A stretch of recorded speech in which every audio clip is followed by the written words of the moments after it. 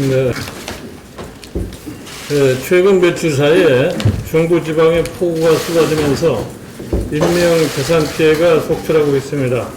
여기에 따라서 긴 장마에 태풍까지 온다고 하니 관계당국은 신속한 피해 복구와 재난 대비에 만전을 기해 주시기 바랍니다.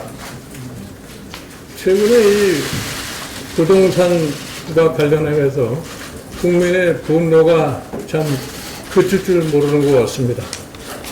또 얼핏 보기에는 부동산 투기 억제를 하기 위해서 신속한 법 제정을 했다고 합니다만은 이로 인해서 결국 가서는 세입자와 임대인에 대한 갈등 구도를 더 높일 거라고 저는 생각합니다. 과연 이것이 세입자를 위한 것인지 이해하기가 굉장히 힘듭니다. 여러분들 아시다시피 정부의 조치라고 하는 것이 발동을 할 것 같으면 경제 주체들은 거기에 대한 적절한 적응이 언제든지 가능한 걸 아셔야 됩니다. 저는 정책 당국에게 묻겠습니다.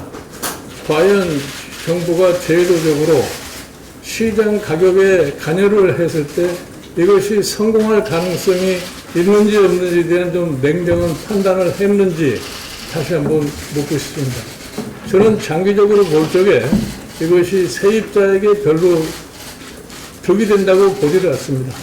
정부에서는 이러한 정책을 관철시키려고 노력을 하면 할수록 정부에 가서는 소위 주택 공급에 차질이 발생한다는 것까지 좀 생각을 해주셨으면 감사하겠습니다. 그리고 한 가지 최근에 제가 납득하지 못하는 사항에 대해서 지적하고 싶은 것이 도대체 검찰이 있는지 없는지 잘 납득이 가지 않습니다. 지금 벌써 작년에 울산시장 부정선거, 유재수 감찰무마 사건 이런 등등 여러 가지 사건들이 수사에 착수를 했습니다만 이것이 어떻게 종결이 되고 있고 과연 지금 현재 수사가 진행되고 있는지 아무도 알 수가 없습니다. 만약 이것이 수사를 더 이상 할 수 없다고 판단이 되면 수사를 종결을 선언하든지 국민이 나서갈 수 있는 그런 조치를 갖다가 취해주기 바랍니다.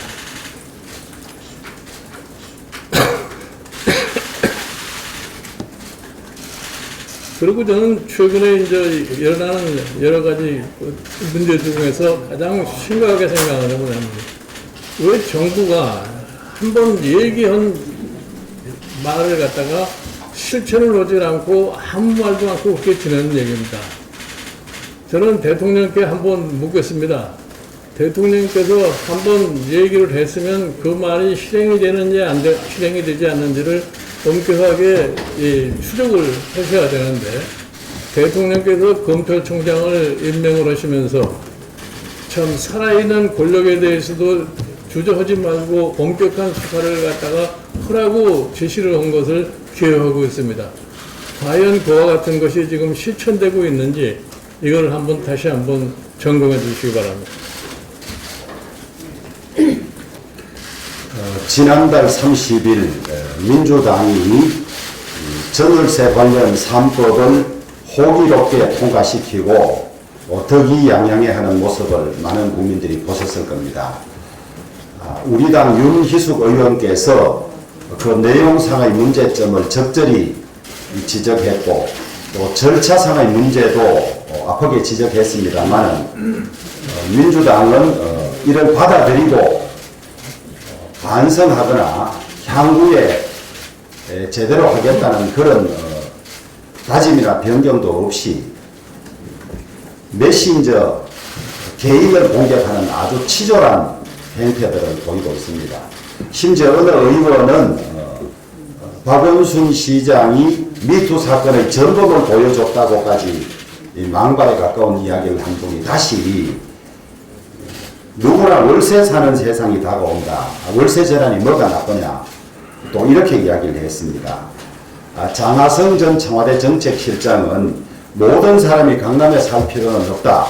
내가 강남에 살아와서 잘 안다 이렇게 이야기를 했습니다만은 과연 민주당 이 의원은 월세를 얼마나 살아보고 월세 사는 사람들의 고통이나 어려움이 무엇인지 제대로 알고나 이런 이야기를 하는 줄 모르겠습니다.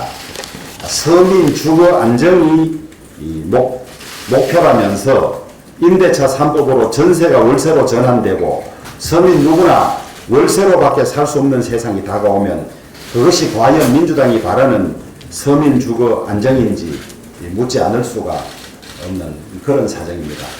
이러함에도 불구하고 오늘 다시 법사위에서 또 내일 본회의에서 부동산 관련 법과 세법들을 통과시키겠다고 얼음장을 놓고 있는 그런 사정입니다. 이 전월세에 관한 3법이 통과되자마자 벌써 곳곳에서 부작용이 나오고 이에 항거하는 국민들이 신발을 던지면서 이렇게 격렬하게 반발하고 있음에도 불구하고 또다시 문제점 많은 이런 법들을 통과시키겠다고 하고 있습니다. 코로나로 국민들이 너무나 어려운 사정을 겪고 있는데 여기에 세금을 올린다는 것이 말이 되지 않습니다. 뿐만 아니라 이러한 민주당의 이 부동산 정책, 세금 정책으로는 폭등하는 부동산 가격을 전혀 잡을 수 없고 시장을 교란시키고 부작용만 양산할 것이라는 점을 엄중히 경고합니다. 저희들이 쓸 수 있는 모든 수단을 강구해서 이 법의 문제점들을 국민들에게 알리고 또 부작용을 최소화하는 대안을 제시할 뿐만 아니라 민주당이 생각을 바꾸고 더 정교한 입법을 할 수 있도록 모든 동원 가능한 수단을 동원하겠다는 말씀을 드립니다. 통합당 중앙재대책위원장 정의용입니다. 먼저 지난 7월 31일 지리산에서 조난자 구조 도중에 순직한 고 김국환 소방관님의 상황 발도에 깊은 애도의 말씀을 전합니다. 그리고 집중호우로 사망한 사망자분들의 유가족 여러분들과 아직 찾지 못한 실종자분들의 가족분들께도 애도와 위로의 말씀을 드립니다. 그리고 국민의 안전을 위해서 이 시간에도 트레이선에서 홍신의 힘을 다하고 있는 모든 분들께 감사의 마음을 전합니다. 이번 호우로 인한 주말 피해 상황을 보면 사망 6명, 실종 8명, 부상 6명 등 20명의 사망자와 실종자가 발생했습니다. 긴급대피 1,540명, 486세대 818명의 이재민이 발생하였습니다. 시설물 피해 사항을 보면 산사태 150건, 저수지 붕괴 7건을 포함해서 공동시설물이 385건의 피해가 있었으며 주택 190건, 비닐하우스 2,793건 등 사유시설물 3,000여 건의 피해가 있었습니다. 농경지 피해는 2,800헥타르에 달았습니다. 이번 피해 사항을 보면 산사태가 150건으로 가장 많이 발생했습니다. 집안 약화가 원인인 것 같습니다. 산지 개발 부작용이 있어서 발생한 것은 아닌지 전수조사가 필요하며 경기도 이천, 충북 제천, 저수지 붕괴 사건처럼 낡고 허술한 시설에 대해서는 안전진단이 제대로 이루어지고 있는지 관리가 제대로 되었었는지 전국 공동시설물들에 대한 긴급 점검이 필요하다고 생각합니다. 이번 집중호우는 장마철 돌발성 폭우가 원인이 된 자연재해이지만 지자체와 재난중앙방송사인 초록대처 미흡도 심각한 원인으로 지적이 되고 있습니다.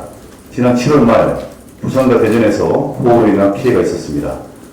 부산 동구 지하철도 침수 사고를 보면 부산시와 부산 동구청이 해당 지자체의 자체 매뉴얼은 물론 행정안전부 지침도 따르지 않았다는 정황이 나타났고 재난방송 주관사인 KBS는 부산 지역에 폭우가 내리는 와중에도 음악 프로그래밍 정규 방송을 내보내면서 침수 상황에 대한 재난방송에 충실하지 않았다는 비판이 일었습니다. 우리 미래통합당은 이번 집중호우로 더 이상 국민의 피해가 발생하지 않도록 정부 재난관리 시스템의 문제점과 미비사항을 지속적으로 점검해 나가겠습니다. 장마, 폭염, 태풍 등 여름철 자연재해를 비롯한 각종 재난으로부터 국민의 생명과 재선을 안전하게 지켜나가기 위해서 최선을 다할 것을 약속드리겠습니다. 또한 이번 호우로 큰 피해를 본 지역에 대해서 특별재난지역 선포를 검토해서 효과적이고 빠른 복구가 될 수 있도록 최선의 노력을 다하겠습니다. 이상으로 보고를 마치겠습니다.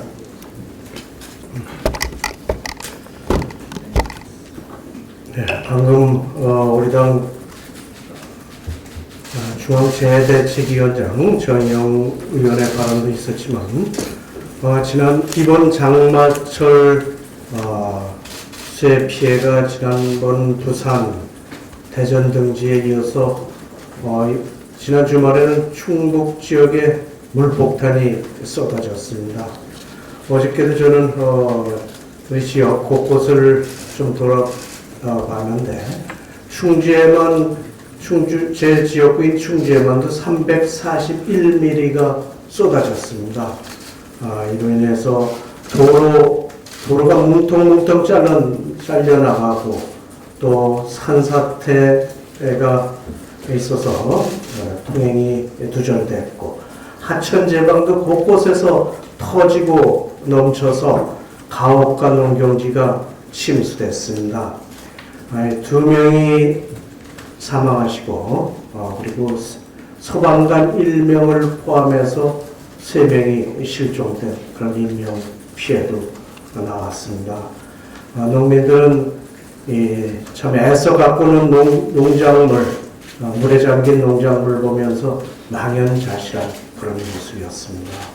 정부에서는 특별재난지역 조기 지정 등 각종 행재정적 지원을 통해서 조기 복구에 노력해 줄 것을 촉구합니다. 감사원에서 월성 원전 1호기 폐쇄 결정의 타당성 여부에 대한 감사 결과 발표를 금명간 할 계획이라고 합니다. 법정 감사 기한이 무려 7달이 넘어섰는데 그동안 발표와 관련해서 이 발표한 내용들이 두려운 그런 집단들이 어떤 외압이나 내압은 없었는지 모르겠습니다. 월성 1호기는 원안이 승인을 받아서 그동안 7천억 개보수 비용을 들여서 2022년까지 운영하기로 해서 정상 운영하던 도중에 문재인 정권 들어서 느닷없이 폐쇄 결정을 한 것입니다. 대통령의 가이드라인에 따라서 폐쇄 결정이 되지 않았는지 이 국회 산중위에서 국정감사를 통해서 이걸 보던 도중에 경제성 평가가 조작됐고 또 무리하게 폐쇄 결정한 여러 가지 의혹이 있어서 감사원에 감사 의뢰를 했던 것입니다. 한수원은 2018년 3월에 계속 가동할 때 3,700억 원의 이득이 있다. 그래가지고 이렇게 평가를 했었는데 불과 3개월 만에 산업부 등과 회의를 한 후에 200억대로 3,500억 원이 갑자기 증발되는 그런 상황이 있었고 또 그 결과 그에 따라서 서울 모 호텔에서 아주 도둑질하듯이 이사회를 개최한 아주 어이없는 일이 발생했던 겁니다. 그리고 당시 그 호텔에서 한 회의록마저도 조작했다는 그런 의혹이 있는 그런 사건입니다. 감사원은 감사 결과에 따라서 한 점 의혹도 없이 감사 결과를 발표해 주길 바라고 이마저도 감사위원회에서 감사 결과 발표에 대해서 이론이 많은 모양인데 최재형 감사원장께서 그 정도를 가고 있어서 다행이라고 생각합니다. 최근 더불어민주당은 이렇게 정도를 가고 있는 최재형 원장을 향해서 사퇴하라 또는 뭐 탄핵을 운운하고 있으면서 이런 마녀 사냥식 공격을 하고 있는데요. 이들은 경제성 조작한 것이 이런 조작 음모가 밝혀지는 것이 두렵고 또 탈원전 정책이 이렇게 무리하게 된 것에 무리하게 추진된 탈원전 정책이 치명적인 타격을 입지 않을까 이런 것을 우려해서 이걸 든 것 아닌가 생각합니다. 많은 의원들이 원장에 없는 말을 있다고 만들어내고 참 감사원의 이런 독립성을 부정하는 몰지각한 행위 이런 것들이 주로 자기들 주군의 오판을 감추려는 행위 아닌가 이런 생각되는데요. 부디 국민들의 대변인이라는 그런 자격을 다시 한번 생각하시고 이런 오만 방자한 그런 태도를 버리시기 바랍니다. 감사원에서는 명예를 걸고 당당하게 한 점의 의혹도 없이 감사 결과를 밝혀주시기 바라고 또 검찰도 경제성을 누가 조작했는지 또 감사원 발표를 누가 압력을 넣어서 이렇게 늦게 하도록 만들었는지 어떤 음모가 있었는지 좀 속속들이 밝혀서 국민들의 의혹을 해소해 주시기 바랍니다.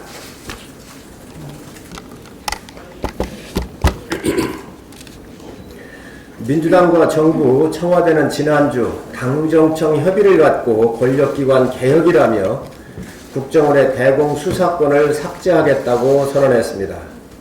국정원을 대외안보정보원이라는 말도 안 되는 이름으로 바꾼다고 합니다. 국가의 정보는 유기체입니다. 국가 안보에 대내, 대외가 어디 있습니까? 누구를 위한 개편입니까? 지난 수십 년간 대공수사는 국정원이 전담해 오면서 대공수사의 상징처럼 국민들은 믿어왔습니다.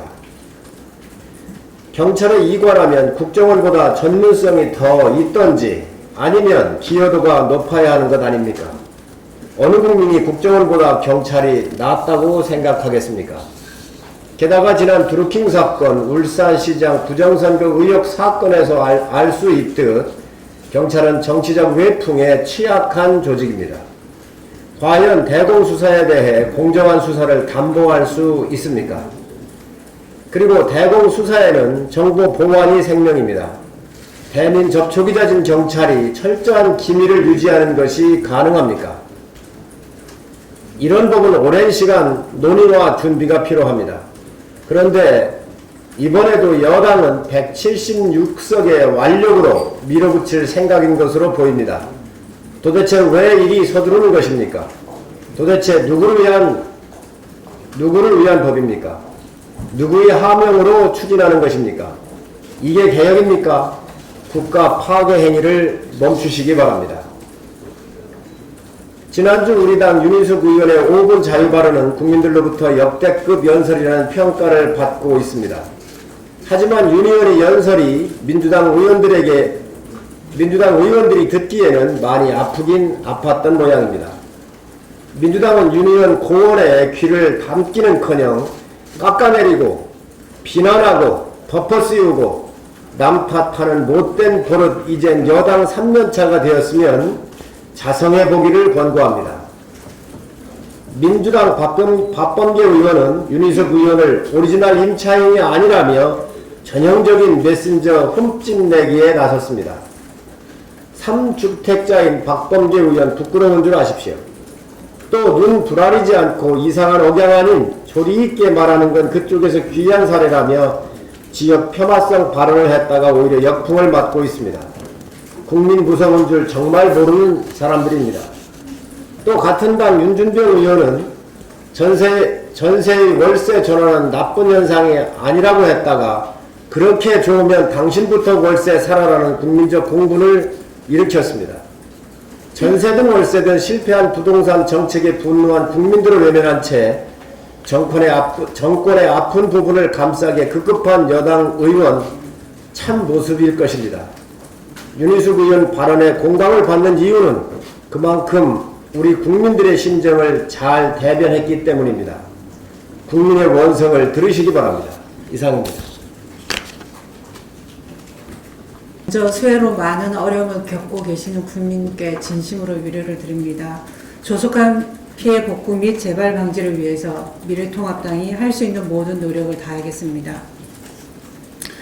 남 탓만 하는 집권 세력 국정 운영 자격 있는지 의문입니다. 국정 운영의 제일 원칙은 자기 책임입니다. 국정에 무한 책임을 질 각오와 의지가 있을 때 비로소 국가의 미래가 보이고 국가의 안녕을 도모할 수 있습니다. 지금 정부와 여당은 국정 운영자로서 어떤 책임감으로 임하고 있습니까? 부동산 정책 실패는 후속 입법을 하지 않은 국회와 전 정부 탓입니다. 심지어 40년도 넘은 박정희 정권을 탓하는 장관도 있습니다. 소득 주도 성장발 고용 위기는 전 정부에서 비롯된 구조적 위기 탓이고 비정규직 폭증은 통계 탓입니다. 코로나 사태는 중국에서 들어온 한국인 탓이며 인국공 사태는 가짜 뉴스에 속은 청년들 탓입니다. 대북 정책 파탄은 볼턴 탓이고 한명숙 유죄는 법원과 검찰 탓이며 조국 유재수 울산시장 선거 개입 드루킹 등 정권 비리는 모조리 검찰과 언론 탓입니다. 앞으로 탈원전 실패는 감사원의 독립성과 정치적 중립성 수의 적임자이자 미담 제조기라고 칭찬한 감사원장 탓이 될 것이고 검찰 개혁 실패는 살아있는 권력도 엉정히 수사하라는 약속을 굳건히 지키며 현 정권 비리 수사에 타협하지 않은 검찰총장 탓이 될 것이 자명해 보입니다.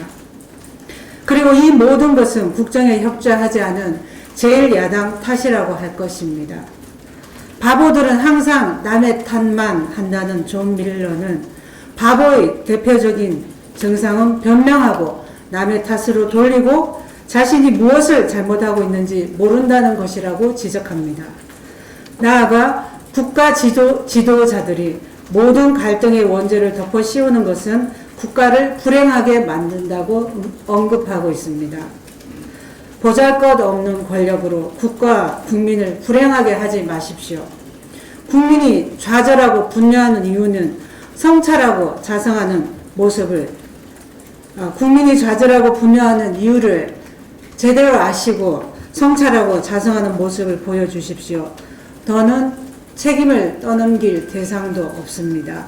부디 정부와 여당은 무한 책임의 자세로 대한민국의 미래를 고민해 주시기를 바랍니다.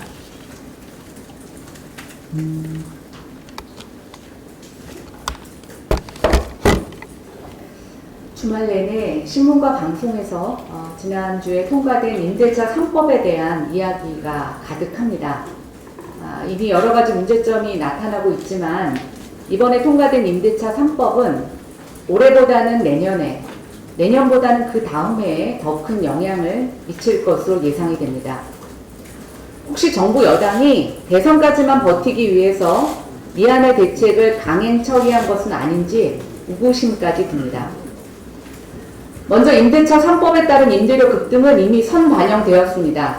따라서 전국적 단위의 전세가격 상승세는 한두 달 이내로 안정이 될 것입니다. 그런데 국지적으로 들어가면 사정은 크게 달라집니다. 왜냐하면 지금의 시장에는 임대차 3법만 적용되는 것이 아니라 김현미 장관의 말대로 정부가 그동안 정신없이 쏟아낸 22개의 대책들이 다 복합적으로 작동되고 있기 때문입니다. 몇 가지 예를 들어 설명하겠습니다. 먼저 강남에서 올해 전세 계약을 한 세입자들은 앞으로 4년 동안 쫓겨나지도 않고 전세금도 5%밖에 인상되지 않는 혜택을 보게 되었습니다. 특히 지난해 교육부가 수능 정시의 비율을 대폭 확대하면서 교육 문제로 인해 강남 이주 수요가 급증하고 있는데 올 상반기에 전세 계약을 한 사람들은 무척 행운입니다. 대부분 10억이 넘는 고액 전세 가구들인데 이번 제도의 가장 큰 수혜자가 된 것 같습니다. 그런데 문제는 앞으로 이 지역에 전세로 거주하려고 계획했던 가구들은 이사 자체를 포기해야만 할 것 같습니다. 2년간 전세 매물을 거의 찾아보기 어려울 것은 물론이고 그 후에도 전세 매물은 쉽게 나오지 않을 것 같습니다.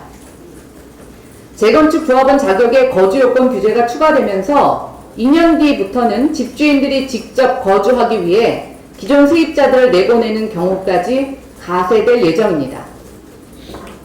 단순히 가격이 높다거나 전세가 월세로 전환하는 것의 문제가 아니라 세 들어갈 집이 가장 많이 줄어드는 곳이 강남이 될 것입니다. 세금과 대출 규제로 강남집을 못 사게 하더니 이제는 전세로 들어가는 것도 못하게 되었습니다. 그렇다면 비강남권과 지방도시들의 사정은 어떠할까요? 강남의 전세 부족은 제2, 제3의 교육 특수지역으로 풍선 효과를 가져올 것입니다. 역시 현재 전세를 살고 있는 가구들은 혜택을 보지만 새로이 진입하려는 가구들의 전세집 구하기는 일파만파 확산이 될 것입니다. 한편 지방도시들은 차원이 다른 문제에 봉착하게 될 것입니다. 정부가 다주택자 규제 강화와 고위공직자들의 주택 처분을 유도하면서 서울보다는 지방의 주택을 처분하고 있습니다. 일명 똘똘한 한 채가 바로 그것입니다. 인구가 유출되는 가운데서도 정부 규제의 풍선 효과로 반등했던 지역 도시들의 주택 가격은 이제부터 조정이 본격화될 것입니다.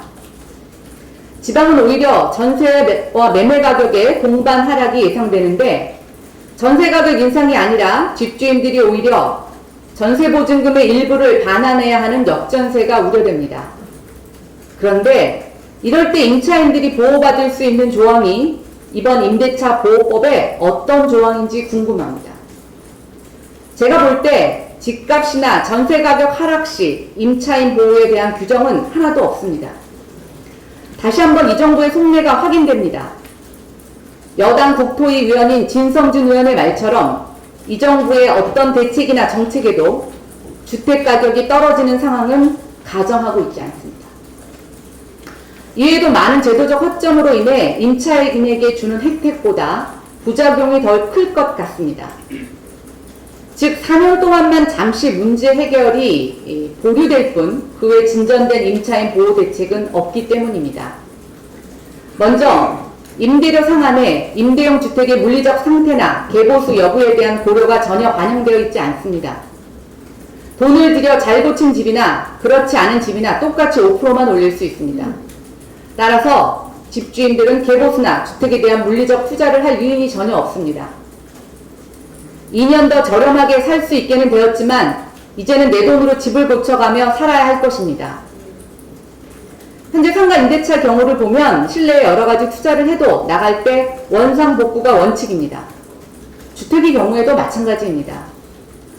4년 살자고 세입자가 자기 돈 들여서 여러 가지 고치고 투자를 해야 합니다. 이게 세입자에게 과연 유리한 일이기만 할까요? 이뿐만이 아닙니다. 계약갱신 거절의 사유가 집주인이나 직계비속이 거주하는 경우이면 다 되는 점입니다. 너무 쉽습니다. 외국의 사례에서 무엇을 본 것입니까? 외국은 임대차 규제를 국지적으로 부분적으로 하는 대신 규제의 강도는 우리보다 훨씬 강합니다. 우리나라는 적용 범위가 외국보다 넓고 무차별적이면서 규제의 강도는 선진국에 비해 약합니다. 전세제도라는 임대차 시장의 특수한 상황도 고려되지 않았습니다. 임대차 보호법이 18대 국회부터 계속 논의되어 왔지만 그럼에도 불구하고 그 오랜 시간 처리되지 못한 이유는 정부가 임대인 편을 들었기 때문이 아닙니다. 이 법이 초래하게 될 많은 부작용과 임대차 시장의 구조 변화를 정치적, 경제적으로 감당하기 어려웠기 때문입니다. 그래서 18대, 19대 국회에서는 전월세 가격이 불안한 지역에 선별적으로 적용하자는 방식도 제안된 바 있습니다. 전환기적인 대안으로 임대차 분쟁 조정위원회를 설치한 것도 그 때문입니다.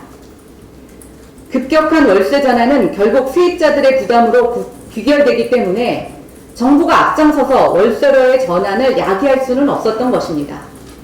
그래서 오히려 전세 대출을 장려하고 확대한 이유도 그것입니다. 이번 안을 보면 민주당 의원들이 발의한 내용 중에 가장 약한 안이 채택되었습니다. 계약갱신 청구권 2+2는 여러 발의안 중 가장 약한 안이었습니다. 사실상 야당을 패싱하고 자기들 마음대로 법을 만들 수 있는데 왜 가장 약한 대안을 채택했을까요? 정부와 여당도 이 법 시행에 따른 부작용을 의식했던 것으로 저는 생각이 됩니다. 그러나 아직 많이 부족합니다. 정말 제도 이대로 실행을 해도 문제가 없는지 저는 다시 한번 점검을 부탁드립니다.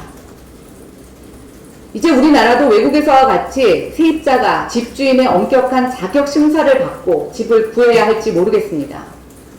실제 노인 독거 세입자들, 아이들이 많은 세입자들, 반려동물을 키우는 경우 안정적인 소득이 없는 세입자들을 꺼리는 경우가 종종 있습니다.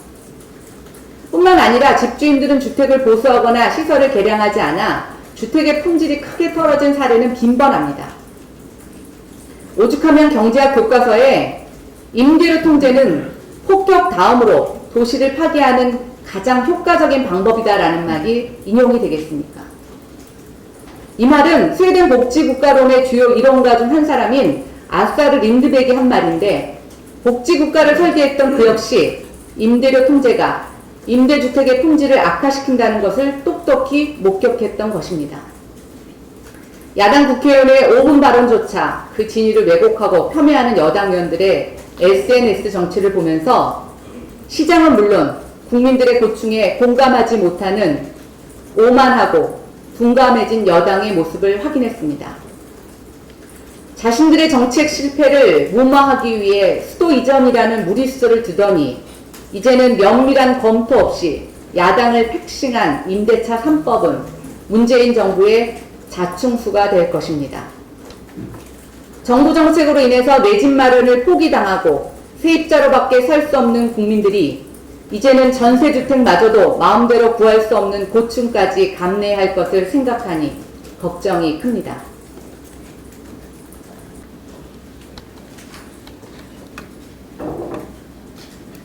문재인 정부와 여당의 너무 많은 실정으로 우리 공공기관 취준생들이 관심 밖으로 벗어나 버렸습니다. 저는 오늘 이 수십만 공공기관 취준생들을 대신하여 목소리를 좀 내보고자 합니다. 문재인 정부 출범 이후 공공기관 채용 규모는 역대 최대 수준을 이어가고 있습니다. 민간 부문 고용은 계속 줄어드는데 정부 고용은 늘어났습니다. 그리고 이 정부는 바로 이 점을 들어서 우리 청년들의 일자리 사정이 더 나아졌다고 주장하고 있습니다.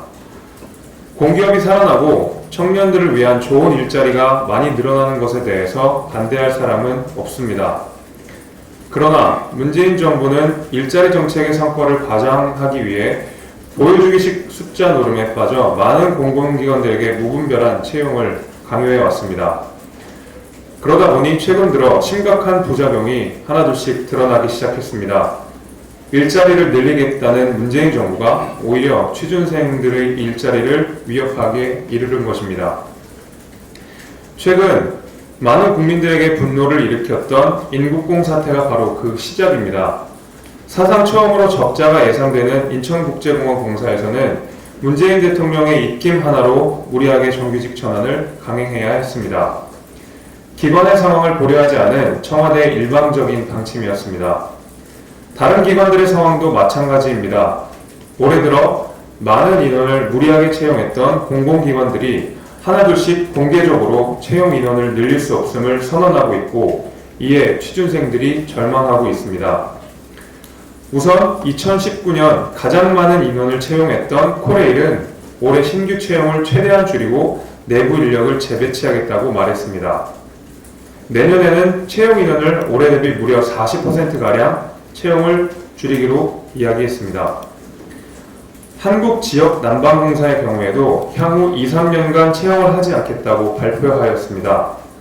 한국지역난방공사는 중앙정부 산하 에너지 공기업이면서도 수도권에 주로 사업장이 있어서 이공계 취업 준비생들에게 인기가 높은 기관이었기에 안타까움은 더욱 큽니다.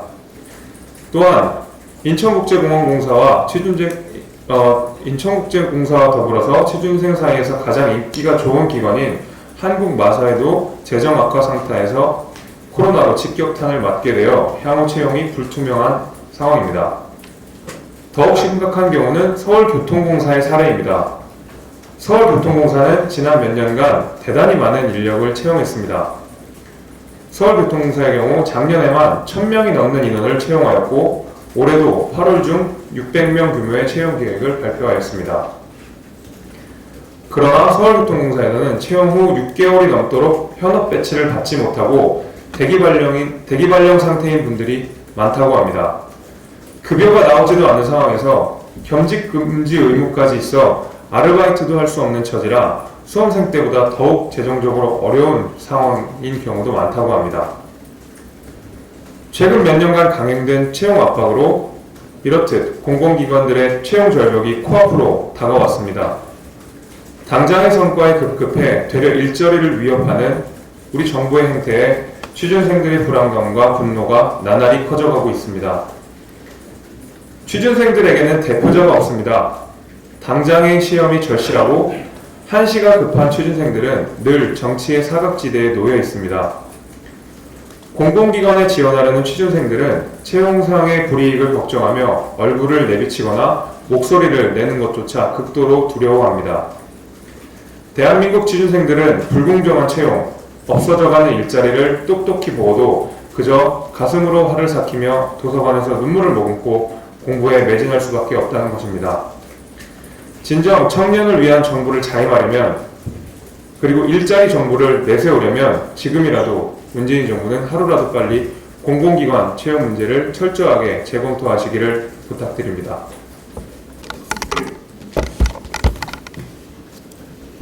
계속되는 집중호우에 대한 피해에 굉장히 마음이 무겁습니다. 아마도 이번 주 계속되는 장마 때문에 그 피해의 규모가 더 커지지는 않을까 걱정하고 우려하는 국민들의 목소리가 벌써 들리는 듯합니다. 이러한 재해와 재난을 극복하기 위해서는 예방부터 대비, 대응, 복구에 대한 4단계의 단계별의 정부와 정치권의 노력이 굉장히 중요합니다. 이러한 긴급 재난들이 발생하기 이전에 충분한 기간을 가지고 예방하는 노력이 필요합니다. 강남역의 경우 상습 침수구역이 발생했던 지역이기 때문에 지난 2015년 서울시는 종합대책을 발표해서 강남역의 침수 문제를 해결하겠다고 이야기를 꺼낸 바가 있습니다. 하지만 이번에 강남역 침수 문제가 다시 한번 발생하게 됐을 경우 서울시에 있었던 대책들이 어떤 효과가 있었는지 묻지 않을 도리가 없습니다. 평상시에 이러한 집중호우가 예상되는 장마철이 되면 그 이전에 정부는 분명한 대비태세를 갖추고 이렇게 집중호우가 예상되는 경우 대응을 위해서 만전을 기해야 됩니다. 그리고 이처럼 심각한 호우가 발생하고 나면 이를 복구하기 위해서 정부가 가지고 있는 모든 가용자원을 총동원해서 국민의 피해가 없도록 해야 될 것입니다.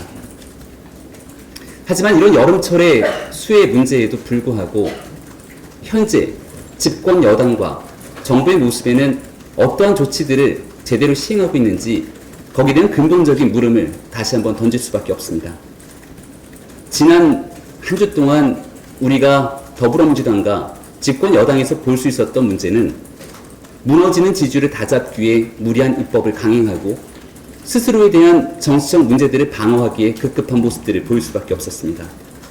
가장 대표적인 케이스는 지역에서 물난리가 나서 심각한 피해가 나오고 있다는 보도가 계속되고 있는 상황 속에서도 파한대소하며 의원들과 함께 공보 모임을 했던 황운하 의원의 모습이었습니다. 벌써 주말 사이 이러한 집중호우로 인명피해, 재산피해가 거듭 계속되고 있음에도 불구하고 지난주에 있었던 우리 당 윤희숙 의원의 5분 발언으로 집권 여당이 무리한 정책 실패가 여론화되는 것을 두려워했던 모습인지 SNS를 통해서 윤희숙 의원의 발언에 문제를 제기하는 박범계 의원, 김남국 의원 등 더불어민주당 의원들의 관심이 온통 어디에 있었는지를 분명히 볼 수 있는 시간이었다고 생각합니다. 수해에 대한 이재민이 점점 늘고 재산 피해도 점점 커지고 있습니다. 이 와중에 더불어민주당의 집권당 대표 이해찬 대표는 도대체 어디 있는지 묻고 싶습니다. 과거의 수해에도 수해 골프로 국민들의 마음을 한번 상처를 냈던 이해찬 대표, 더불어민주당의 의원들과 함께 이런 물난리에 대한 총체적인 책임을 지고 정치권이 해야 될 모든 노력을 경주해야 될 때가 아닙니까? 더불어민주당과 집권 여당의 책임 있는 의원들은 지금 이번 주에 국민들을 위해서 해야 될 일이 무리한 입법 독재를 강행하면서 지난주에 있었던 것처럼 본회의를 열고 야당의 의사를 전혀 묻지 않은 채로 헌정사상 유례가 없을 정도의 입법 독재를 강행하는 일이 돼야 될 것인지, 아니면 정부와 집권 여당이 갖고 있는 모든 능력을 총동원해서 우리 국민들이 피해를 겪고 있는 수해 문제를 해결하기 위해서 발벗고 앞장서야 될 일인지 거듭 되묻고 싶습니다. 지난 주말 동안 많은 국민들이 더불어민주당을 향해서 과연 얼마나 국민들과 공감할 수 있느냐라고 묻고 있습니다. 이건 단순히 부동산 정책뿐만이 아니라 현장에서 겪고 있는 국민들의 신음과 아픔에 대해서 집권 여당이 얼만큼 그들의 눈높이에서 공감하고 있는지를 묻고 있는 겁니다. 지금 아주 조금이라도 집권 여당과 책임 있는 정치권이 국민들의 아픔에 공감하고 있다면 바로 이 국회 내에서 국민들의 상당한 반대가 있는 법안을 일방적으로 처리하는 데 몰두할 것이 아니라 두 팔 그리고 바지, 신발을 걷어붙이고 수해 현장으로 나가서 국민들의 아픔을 함께 극복하기 위해서 노력해야 되더라고 거듭 촉구 당부드립니다. 네, 전화하겠습니다.